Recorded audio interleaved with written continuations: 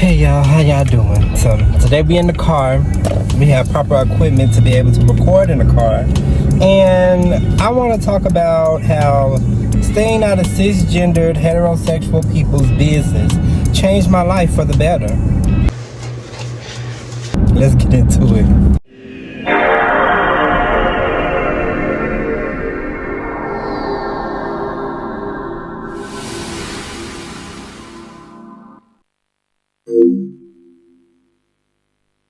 So, let's say a few years ago, maybe 2 years ago, or less, or 3, depending, I don't know. This whole, since COVID, life's been blurred. I'm sure y'all can understand that. I've been on Twitter, basically. I've been on Twitter. And when you're on Twitter, and you don't know how Twitter is, and you haven't been on Twitter, and gotten used to everything that's going on with the topics people talk about, you can kind of get, strung along and pulled into certain conversations that you probably wouldn't necessarily be having. And that would happen a lot with these gender wars on Twitter. Mind you, gender wars and all that probably had already been a term when it came to Twitter and all that before then. But that's what I came up in my head. I was just like looking at these topics like, should a man pay for the dinner, da-da-da? Should a lady do this, da-da-da? If she not cooking, cleaning, why she da-da-da? Why she going to college trying to get an education, da-da-da-da-da? Why Kiki Palmer did that, but her baby daddy and Usher and the da-da-da-da-da? And I quickly realized that cisgender heterosexual folks, one, I'm going to just state before I even get too deep into this, what you see online is not the best representation of the world, and I'm starting to learn that. But I feel like it gives you a pretty good glimpse into what people actually think a lot of times. I just was noticing how much vitriol or seemingly men and women, cisgendered heterosexual men and women, just seem to disagree a lot. And I, as a queer person, I'd say about 75% of the time I was agreeing with the women, but then the other 25% or more, give or take, with each percentage, I would take up for the men because I would understand that perspective. I understand the perspective of being expected to work your whole life and work yourself to the bone to provide for your family, even though we're living in a society where it's best to have a 2-income household, especially when that one income isn't making enough for 2 incomes. You see where I'm going with this? And just different little stuff like that, or just sometimes when women just go a little too hard on the niggas, the dudes, the heterosexual men, the cisgender heterosexual, I gotta step in sometimes to give some perspective. Mind you, none of these topics have anything to do with me because I'm a gay black man. You would think I wouldn't be able to relate, but I actually can to both sides, but more so the women's side, because we all know how masculine or wanting to be dominant men can act, and how they act out, and how a lot of men are violent, can be violent, and just feel like they have this overall hierarchy, like they feel like they are, and y'all know I'm not trying to speak in absolutes, but a lot of them feel like women are lesser than, and queer people are lesser than, but more so women in this conversation. But with all of that, I was just noticing I would get invested in these conversations as well. I would get so into it as if I'm straight, if you know what I mean. I'm sitting here trying to help a lot of people that, one, if they looked at my Instagram page or saw something on my page and I was trying to have a dialogue with them, they would instantly go to me being gay and try to insult me. But two, I was noticing the toll it was taking on my mental health. And I know some people are like, well, Chris, if it's taking the toll on mental health, just leave Twitter, get off Twitter. But this was a while back, so I'm just this is more of a reflecting type of thing. But I just was realizing how invested I was getting into these topics and stuff, and how passionate I was getting in some instances, or how hard I was going sometimes, and my tweets was getting ignored and stuff, which they still are getting ignored. But the point is, I was putting all this energy into something that did not benefit my community. You know what I mean? Like, it did not benefit me in any way to defend men, cisgendered heterosexual men, especially probably a good majority of homophobic cisgender heterosexual men against women, and vice versa. I realized, like, and this even went past Twitter, even on like TikTok and stuff, like these straight dudes that be gay baiting and just cisgender heterosexual people. If you are assumed homophobic, I'm not gonna like your TikToks, I'm not gonna engage with your content, especially the gay baiters out there, like, especially the homophobic gay baiters. Y'all be the worst ones. Like, at least if you know you're gay baiting, at least embrace that energy that you're seeking out from gay people instead of trying to be weird. Not saying that you should allow sexual harassment or anything like that. Don't get me wrong, don't get me misconstrued. But like, if you wouldn't do a woman like that was trying to hit on you, don't do the dude like that was trying to hit on you when you gay baiting. Basically is what I'm trying to say. But I just was realizing across platforms, just like these cisgender heterosexual people that, you know, making these videos and making this content and stuff, I would think about it in the context of like, oh, they said this little homophobic thing here, they said da-da-da here. I don't think I really want to engage with this content. I don't think I really want to, because, you know, engaging with content makes it get pushed more, one, and two, it gets pushed more onto your like For You page and all that. And I just was realizing, like, I'm going so hard for a lot of these people that's homophobic as hell and would not support me a day in their life. I would like their TikToks, like their page, and be like, let me follow them. They wouldn't follow me back. And not even, I'm just speaking figuratively, but this was actually happening. And these were also creators that were smaller like me, so it wouldn't make sense. I can understand not following somebody if you don't like their content, but it just was you can tell. Basically, you can tell. Get on tags. I used to do a little tag live every now and again. Just like looking at the homophobic people on there, and like, I think this point really comes across with the gay baiters and the dudes that just like, they hot, they look good, yeah, but I'm not finna push your content if you not fucking with the girls like that. If you're homophobic, if you're transphobic, any of that, if you're gay and you're transphobic, I'm not finna engage with your content no more. But back to the cisgender heterosexual people. I just ultimately, on Twitter specifically, I ultimately got to a point where I just realized, like, this is never going to end. I finally got through my first cycle or second cycle or two, and I realized, like, this is never going to change. They're always going to argue about these things. And me, as a queer person that can somewhat relate sometimes to both sides, I can see the way out. I can see the glory land, and I can see a perspective that would help these people. But these people don't want help. They don't want to be saved. Don't save them. And I was trying to save them, putting all this energy into them. But I was just realizing a lot of them just want to be ignorant. One. Two, a lot of them just want to stick to traditional roles that work the best for them without communicating that. Like, sometimes they want the benefits without actually doing the work that it took. Not saying that it necessarily ever works, but instances where these traditional gender roles and all this and the y'all perpetuate and want to happen, for them to work, certain things would have to ensue. For example, you want your man to be a provider for you and your kids. Y'all want to have kids and stuff. You want him to buy the house, the cars, pay the taxes on everything, like all of that, right?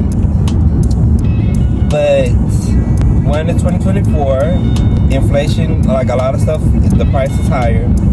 Two, with that, and ladies, don't get on my ass, but with that, with him, let's just say he can provide, and he like providing really well, and he doing everything that a man should do in that traditional aspect.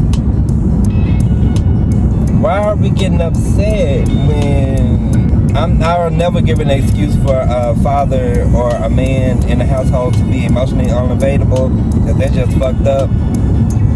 But why are we upset that he has to work so much?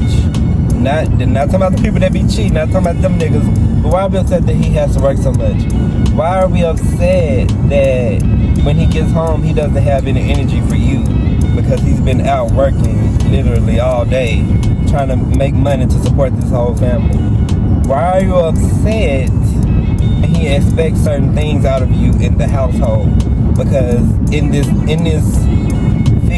configuration and the tradition that y'all are kind of picking from and choosing from, there are certain aspects that like neither side would necessarily enjoy, but it's the thing that they would do to make that type of relationship, that type of traditional relationship work and last. And they would have to be okay with these things, said things. The lady that's getting provided for by her husband would have to be okay with him possibly not being so emotionally available, would have to be okay with him probably not cleaning up as much because he don't have no energy to do much, would have to be okay with him missing recitals and award ceremonies for your kids. Like, but you would have to be, understanding when he wants you to cook for him and he's hungry and he wants you to do certain things for him because he's literally working himself to the bone to provide, because that's how that other flip side works in that aspect. I don't think that's a healthy or sustainable way for a relationship to work. But who am I? I'm a gay man that had never been in a relationship like talking about for real. So who am I to tell y'all what to do? But when I come back out of this gas station, I'm going to come back with the solution to y'all's problem. I'm going to express how I tried to tell y'all, even though I don't have a platform for y'all to listen, but how I tried to like put this energy in to like help y'all see like certain stuff not gonna work, and how I ultimately came to my decision to just stay out of cisgender heterosexual business, but focus more on my community and all of that. So I'll be back in a second. Bye. So I'm just coming back and I'm realizing I ain't get on the niggas' asses, so let me get on y'all asses real quick. Niggas. Grab a seat. On your dick, that's his biscuit. I'm a big six. That bitch so sweet and it's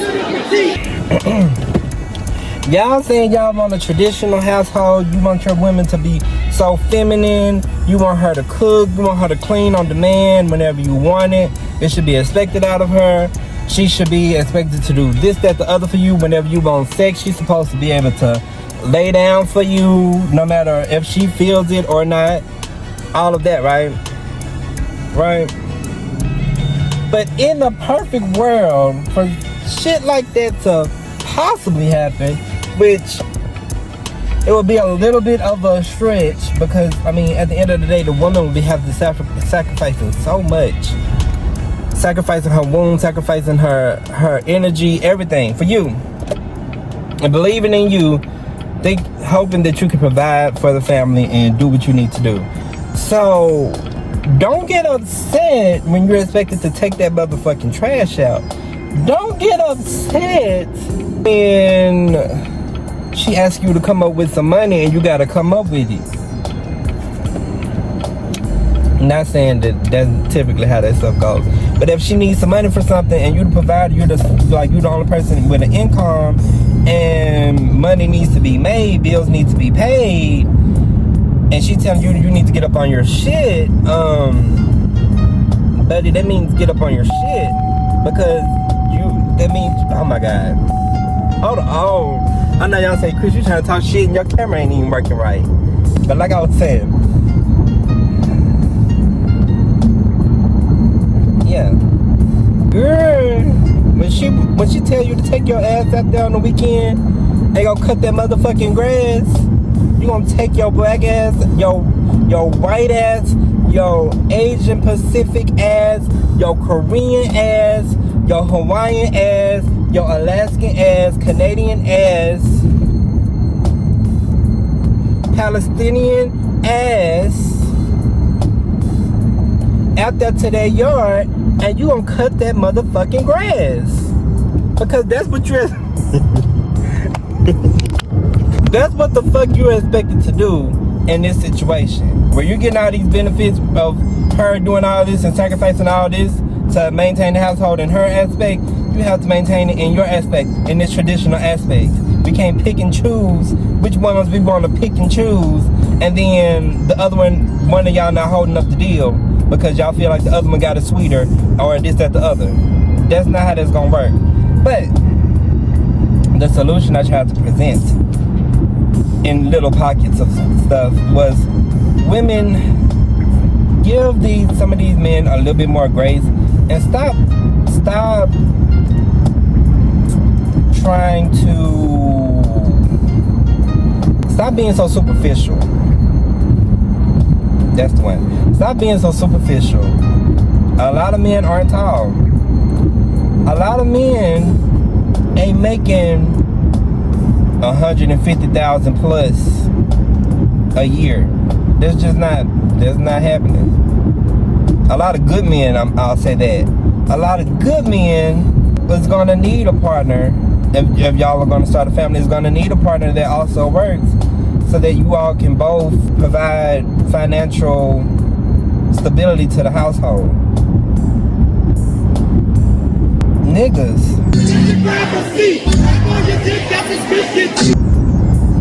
She has autonomy over her body.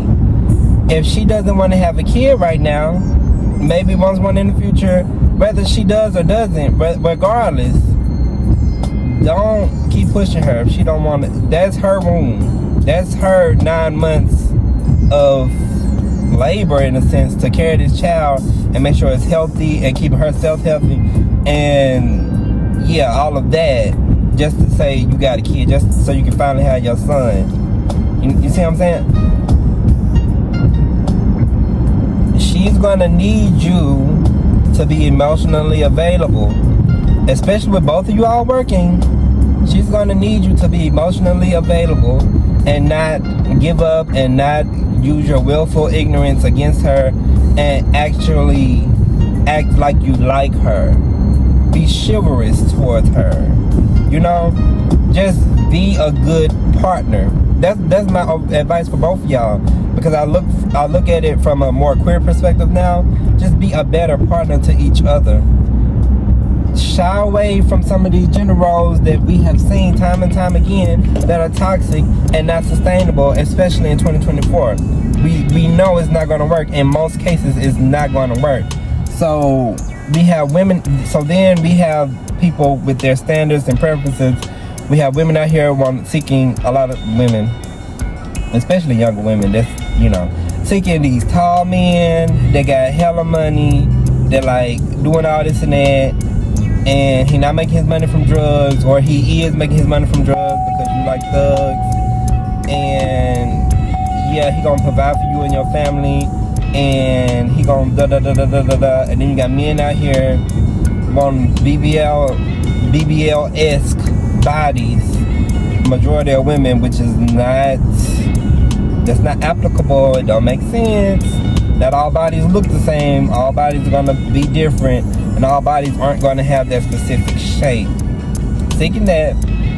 Seeking a woman that doesn't challenge him, meaning hold him accountable a lot of times, and a woman that's just gonna be a ride or die until she died for him. These, I wouldn't say high standard, but these requirements to be in a relationship with somebody, these requirements to continue a relationship with somebody, or this, that, the other, is not sustainable.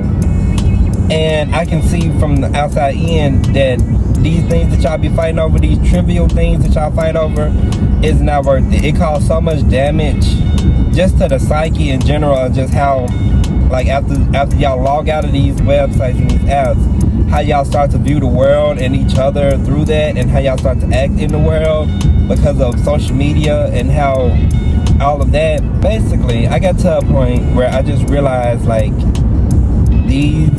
none of these motherfuckers want saving. They want to continuously complain, this, that, the other. Mind you, with me saying all this, the gay community, we ain't got all our shit together either. We ain't got a lot of shit together. But that's because of, we know why a lot of that shit is happening, one, but two, that's a whole nother ball game. I probably need an outside perspective on that. You know what I mean? A good outside perspective, not a toxic one. One day I just realized, like, I'm going so hard for these motherfuckers. And I already touched on the homophobic aspect, but I'm going so hard for these motherfuckers, trying to get them to see, like, hey, ladies, like, you probably finna have to work too. Hey, men, chill with that toxic masculinity. That's not cool. Hey, men, don't expect her to grow a BBL ass overnight because it's not happening. Hey, women, it's okay if his foot size is not the correct foot size for you. It's a foot. This trivial shit. It's okay if you pick up the bill every now and again, especially with both of you all working.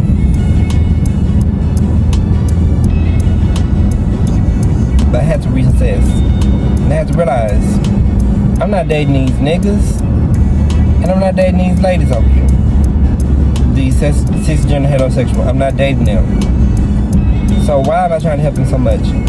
Even when it comes to just, I wouldn't even say domestic violence situations, but a lot of us gay men that have had best girlfriends, we have been in situations where her boyfriend was shit, he was doing this, that, the other, and we finally get her, to realize, like, he's not good for you, like, he's hurting you, he's harming you, just for her to keep going back. And ultimately, you end up getting in a situation, some of y'all end up fighting a boyfriend, and it just becomes a whole toxic thing just for her to keep going back to him as a queer person.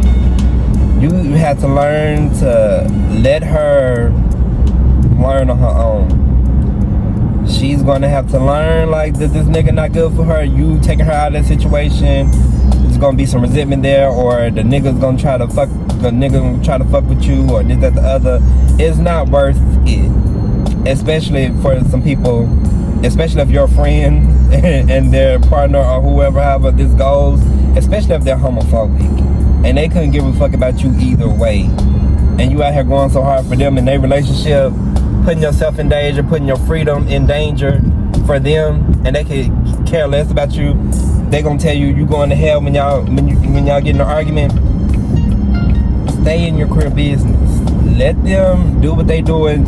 We see the toxic ways that, some of these family structures have, or the ways that people expect things out of people that isn't realistic on that side. But ultimately what I'm trying to say is, for your peace of mind, for your calmness and serenity, whenever something happens where a nigga saying something on a podcast, or a lady saying something on a podcast, and it's causing this uproar and debate and stuff that has nothing to do with queer people, just be silent. Don't say nothing. Don't give your input. Don't give your energy. Especially if you can see a obvious answer, obvious, clear, what should and could work here. Just don't waste your energy on those situations.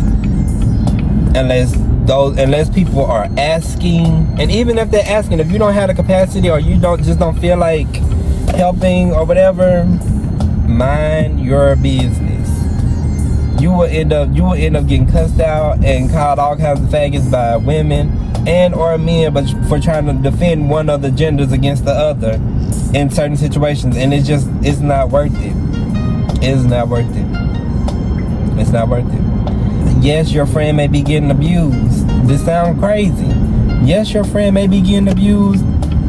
Yes, she needs to leave the situation, but in them situations, literally try to be there, be on her side, and just be there, and try to motivate her, and just don't implant yourself too much into those people's relationships, because at the end of the day, you will be a lot of times putting your life in danger, because when people get into these relationships, they identify in these relationships, and it's like very serious and very strong, I say spiritual ties and stuff within that, and people can get really crazy and nearsighted, especially when they see a queer target that they probably been wanting a chance to rough up for a while now, been wanting a chance to argue with for a while now, to get some shit off their chest for a while now. Just stay out of their business, stay out of their relationships. I feel like, how we've heard this perspective of queer people in more some ancient civilizations and stuff where we were more accepted or this, that, the other. Like, we provided this perspective and we were held at a higher regard because we could understand some stuff with certain stuff and just, all of that. I feel like a lot of us had that perspective. But we're now living in a world where our perspective is valued when it comes to certain stuff, when it comes to cisgendered heterosexual business. So I just stay out of it. You see two ignorant bats going at each other. For the cisgender heterosexual people watching this that's really struggling to get through this, I'm sorry, but I have to talk to my people. When you see two ignorant bats going at each other and they're both ignorant, don't insert yourself, because then you're going to be a third bat in the situation. You're going to be seen as ignorant, just as ignorant as them for even trying to help. And at the end of the day, your help isn't even going to be valued or this, that, the other.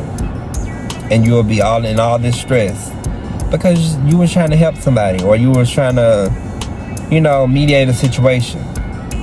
It's not worth it. So, the moral to the story is, stay out of cisgender heterosexual business. Let them do what they gonna do. Let these ladies trick on these niggas. Let these niggas trick on these ladies. Enjoy the music that comes out of it, maybe, even though it's a little toxic. But hey, we here. We got our own shit to worry about. Let's talk about our shit. Let's work on our shit. Let's stop worrying about what these people doing over here. Worrying about who Karuchi dating, who Young Miami with, why Beyonce and Jay-Z this, that, the other, why da da da da da da da da da da. Stay out of cisgender heterosexual business. It's not worth it. Even when it comes to celebrities, just stay out of it. Just in general, just stay out of, But, so, I'm inserting another clip. Run the track. I just really wanted to hone in on minding our business, queer people minding our business when it comes to straight people in relationships. And what I mean by that is mind our business when it comes to heteronormative ways of doing things, traditional cisgendered heterosexual traditions and stuff. I feel like we should make our own things and do the stuff in our own ways. And when we all up in their business, worrying about how they do, what they do, how they win, where, how, we get misconstrued, we get discombobulated, and we get confused. Because a lot of the stuff that may work for them or has worked for them or that they have done traditionally in the past just simply doesn't really apply to us, or it doesn't really a lot of times work with us. So even in terms of like masculinity and femininity, just because you're masculine doesn't mean you have to have a feminine partner, or if you're like so internally homophobic to where you have this disdain for femme people, there's nothing wrong with you dating femme people just because straight people told you that just because you're gay doesn't mean you have to be feminine, you have to be masculine because you're listening to straight people, you're not minding your queer business. Femme people, you don't necessarily have to be with a masculine man. It's not going to be the end of the world if you date a more feminine man. Now, I am one that takes sexual preferences very seriously, but more so is when it comes to like top, bottom, verse, like positions and stuff like that, inside and all that. Because if you're not in a place where you want to compromise, like in terms of like becoming verse or something like that, and you know what position you like to do, and you're maybe open to exploring or whatever, I feel like in some aspects you should let go of some of that internalized homophobia when it comes to like gender performance and all this and that, because ultimately y'all looking to these straight men to see how they act, to see how you're supposed to act, when ultimate reality a lot of them niggas acting to begin with. And so you basically staying in the closet, if you ask me, in terms of like your expression and really giving yourself less options when it comes to expressing yourself and just the way you speak, the way you walk, all of that, just so you can look trade or be perceived as more masculine. You in cisgender heterosexual business when you're doing that. That's not of you. That's not of your essence. If that's who you naturally are, then yes. But if you're performing, whether you're performing to try to be more feminine or performing to be more masculine, which I understand in different aspects or whatever, but if you're forcing yourself to be something that you're not, it's not gonna work. And ultimately you're not gonna be happy with that decision at the end of the day. That's what I'm trying to say. But I really want to drive that point home to my queer people when it comes to relationships. And that's a big one when it comes to minding our queer business, when it comes to straight people and all the relationships and stuff. And how they do their relationships and what they do, how they do, who pays the bills, all this and that. Because we two men, we two women. We a trans woman, and well, see, though I still consider those men straight, that cisgender heterosexual men that date trans women, I still consider them straight. But y'all know what I'm trying to say in terms of queer relationships, because I still would call that a somewhat queer relationship, somewhat queer, especially if that trans woman is like in the community and stuff and like a part of the community. Like, I consider that a somewhat queer relationship. Don't fight me, I'm sorry. No, in my definition of queer, I consider that a queer relationship. It's not of the norm, and we all know what that is, and y'all know what I mean by that. I'm not trying to offend. But yeah, you are two men. We're not trying to get up in cisgender heterosexual norms, so both of y'all can take the trash out. Same aspect I was just talking to the straights about, just that, or if I haven't gotten there yet, just partnership, being a good partner to your partner. Do you actually like your partner on a basis level, regardless of feminine, masculine? Because sometimes those things can shift while we age. But regardless of that, just do you like your partner? Do you like them as a person? Do you like them? And how can you be a good partner to that person? That's all.